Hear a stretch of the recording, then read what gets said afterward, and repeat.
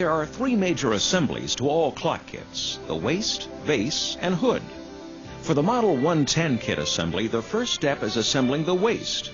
Use the spacers to line up the sides of the waist so that the molding will fit correctly. It is a good idea to use a clamp to hold the spacers. First, pre-drill all holes before attaching the base collar. Next, attach the hood collar. The waist is now assembled and you're ready to put the base together. First, attach the wooden screws into the pre-drilled holes in the base, making sure it fits flush on top and bottom. Put back braces on to temporarily check for squareness while putting the sides to the base bottom. Using clamps, attach the foot molding onto the base assembly. Now fasten the bottom panel to the rear lower brace. We are now ready to attach the waist to the base. Fasten the waist assembly to the base assembly with 4 1 1/4 wood screws, making sure the waist and base are flush at the rear. Put the front molding on first, then the sides. Bracing with your hand, drill the front piece first. Now put the back braces on permanently. Now we move to the hood assembly. Put the hood sides on first, using 4 1 1/4-inch screws to fasten the side panel to the top panel. Slide the dial frame into the grooves on the inside of the hood panels. Now screw in the hood top panel. It is helpful to turn the case upside down to attach the waist and base molding. Fasten the waist molding cleat with 2 screws to the base frame top. Then fasten the base front molding to the cleat.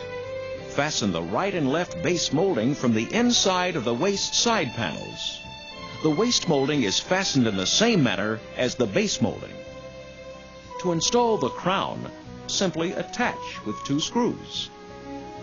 Now, to install the hood and waist doors and back panel, lay the case on its back. The hinges, which are made with a special groove so you can't put them on backwards, should be attached 2 inches from the end on the right side of the doors. When you hang the door, make sure it is spaced equally between the base and waist molding, so it will swing free and evenly. Now drill the screws. Do the same with the hood door. Now install the base and waist backs using 5/8-inch screws. Now measure where to put the holes for the doorknob. You now have an assembled case. Sand and stain before finishing. Now install the movement in the wooden cage using the 2 screws provided. Install the movement and dial assembly with 4 screws.